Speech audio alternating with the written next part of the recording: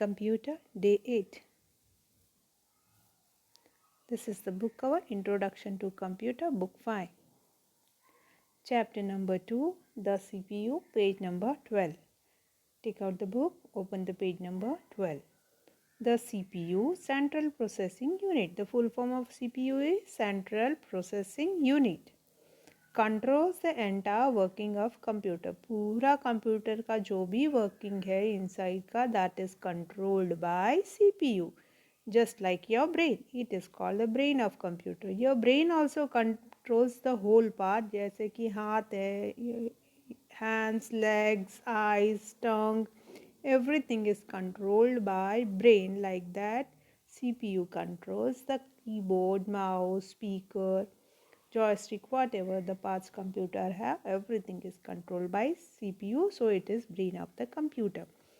The CPU processing input data. The CPU processes input data according to the instruction programs to generate information output. CPU क्या करता है? Process करता है, means compare, calculate ये करता है जो हमको इंस्ट्रक्शन प्रोग्राम के थ्रू मिला होगा,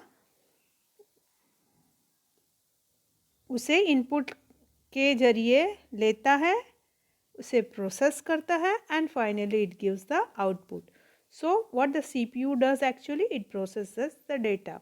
What he processes? The input given by the computer in the form of instructions or in the form of program. And what he generates, finally what he gives after processing, he gives you output. आपको result देता है.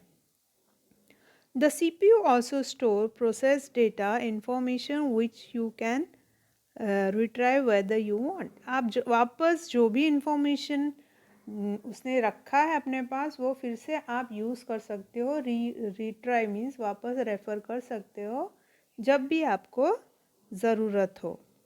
इन short the CPU processes data and store data, programs and information. तो CPU क्या करता है? Process करता है data को, मतलब कैलकुलेशन करता है, स्टोर करता है, उसको बचा के रखता है आगे के फ्यूचर यूज़ के लिए, and programs and information.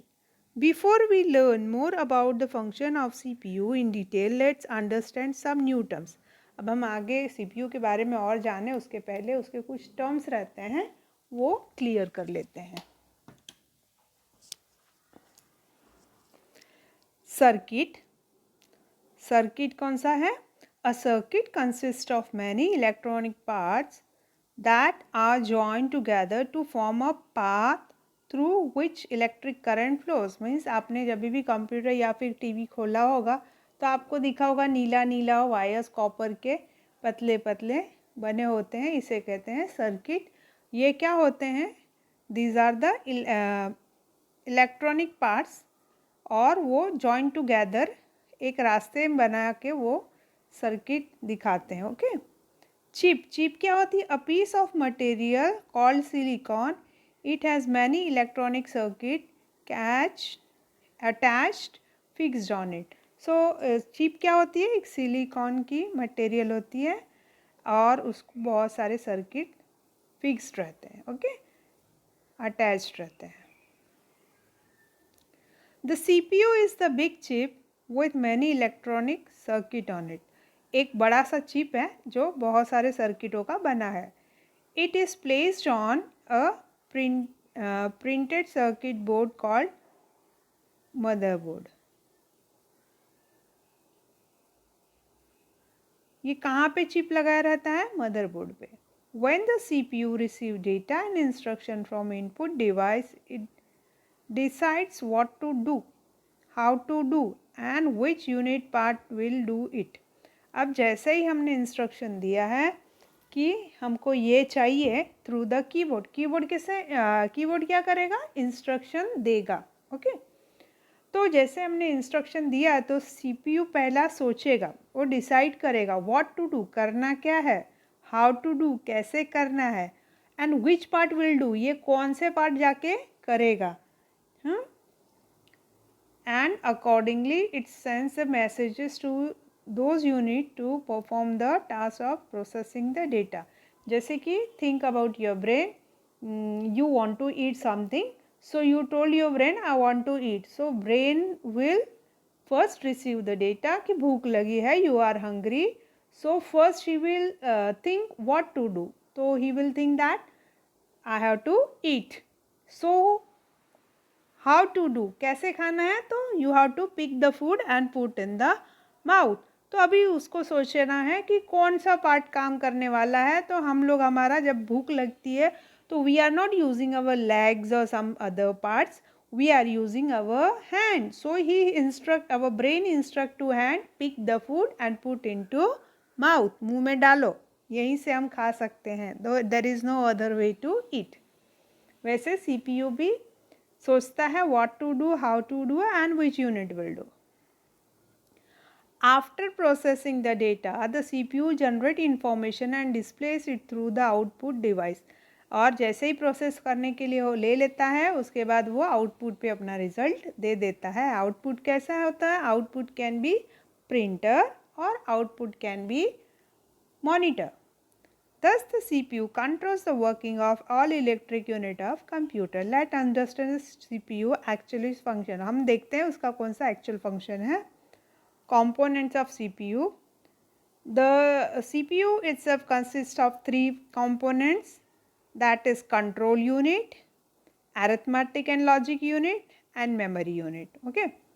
So whenever we input the data, it goes into CPU. ये पूरा CPU है.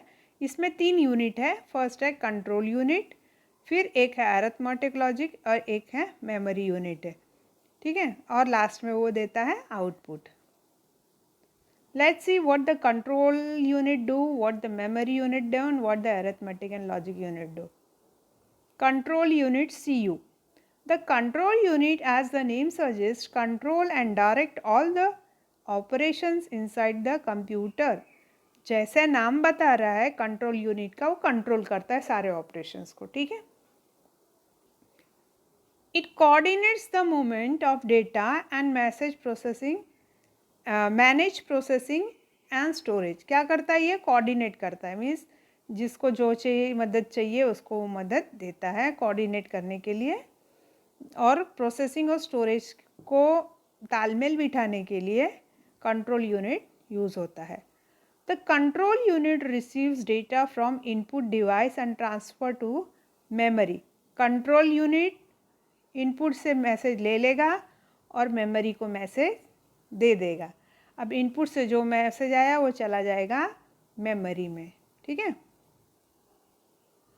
From memory, the control unit transfer to the arithmetic and logic unit and also gives the necessary command to ALU to process the data and produce information result.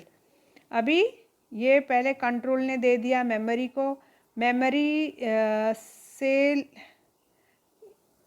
इसके बाद वो ALU में transfer कर देगा. Okay. Arithmetic and logic unit में, और ALU से वापस वो ले जाएगा मेमोरी यूनिट में. मीन्स ये एक्चुअल में दो जन के बीच का एक लिंक है. कंट्रोल यूनिट मेमोरी यूनिट को ट्रांसफ़र कर देगा अरिथमेटिक यूनिट से लेकर, फिर से वो यहाँ पे देगा. In this way it flows. Okay.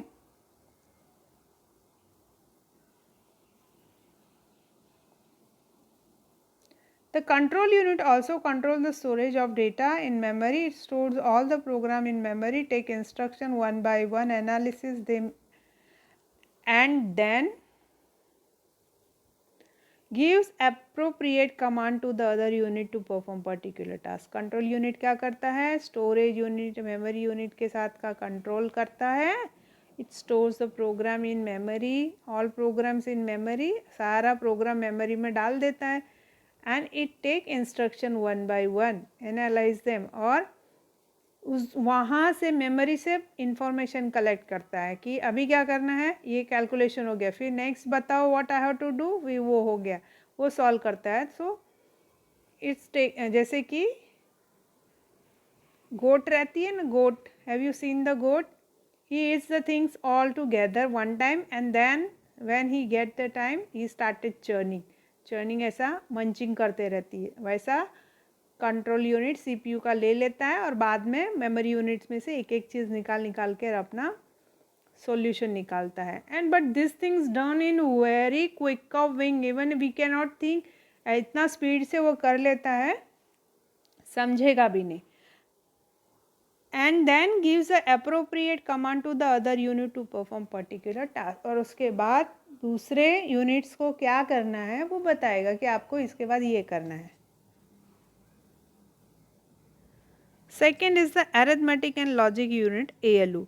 You know that the computer can do calculations and comparison. आपको पता है कंप्यूटर कैलकुलेशन भी कर सकता है, कंपैरिजन भी कर सकता है. कैलकुलेशन इस क्या होता है? What is calculation? 2 + 2 = 4. This is calculation.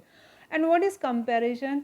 6 is less than or greater than or equal to 4. Now we are comparing 6 and 4. This is comparison. Okay, ये logical है. And 2 + 2 is arithmetical. But how does it do all that? Well, all the arithmetic and logical operation comparisons are done by the special unit of the CPU. It is called arithmetic and logic. जहाँ पे भी comparison का data आता है वहाँ पे ALU काम करता है. The control unit receives the data from input device and transfer to memory. ये भी control unit लेकर आया input से और दे दिया memory को. The memory from memory control unit sends to ALU with instruction to perform necessary operation. अभी कोई arithmetic logic का क्वेश्चन आया है तो ये कंट्रोल यूनिट मेमोरी को देगा, मेमोरी से लेकर जाएगा ALU को. According to ALU performs the operations and generate result. और ALU ने जो भी काम करके दिया है उसको जनरेट कर देगा रिजल्ट के फॉर्म में. The control unit receive the result from ALU and store in the memory.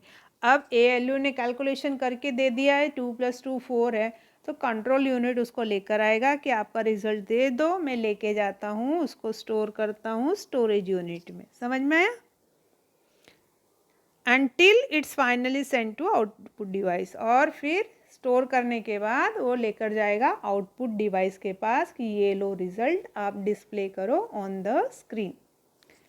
For example 5 + 5 10, 6 - 4 2, 80 × 2 160 etc. All the performance and logical operation it compares the two number and 5 whether one is less or other is greater than other. ये arithmetic है और मैंने बताया था ना less than और greater than ये comparison है and it is logical. ALU also start whether the statement is true or false. वो compare करता है statement true है या false है. 10 + 20 = 40 is false because 10 + 20 is 30. 30 × 20 makes 600 true, etc. Okay. Third is memory unit. Memories are the same as the name suggests, stores all data programs and information in it. नाम बताता है कि ये क्या काम करता होगा. मेमोरी है इसके पास, जैसे हमारा दिमाग है सोचने के लिए, समझने के लिए और चीज़ें याद रखने के लिए कि मैंने बचपन में ये काम किया था, नहीं तो ये मैम ने मुझे इस दिन ये चीज़ का वर्क दिया था. Okay, like that the computer has memory to store the information, programs and data. When you enter data into computer, the control unit receives it and send it to memory. जब भी हम computer में data डालते हैं तो control unit के पास जाता है, कंट्रोल यूनिट मेमोरी को देता है. अभी अब पिछली बार मैंने कंट्रोल यूनिट का बताया था, तो मैंने बताया था कंट्रोल यूनिट मेमोरी यूनिट को देता है और अरिथमेटिक और लॉजिक यूनिट से लेता है. The control unit transfer data to ALU from the processing and generating information. The information generated by ALU is received by control unit. ठीक है, अभी ये बोल रहा है कि जो भी इंफॉर्मेशन ALU देता है वो कंट्रोल यूनिट ले लेता है और फिर से किसको ट्रांसफ़र कर देगा? मेमोरी यूनिट को.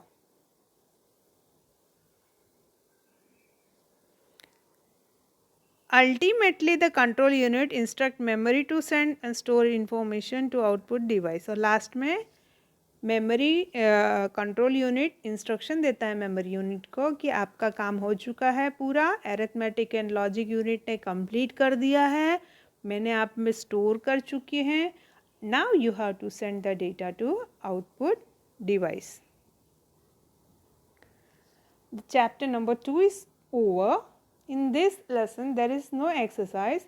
At last, completing the chapter number 3, I will give you some notes of chapter number 2. The session is over. Thank you, children.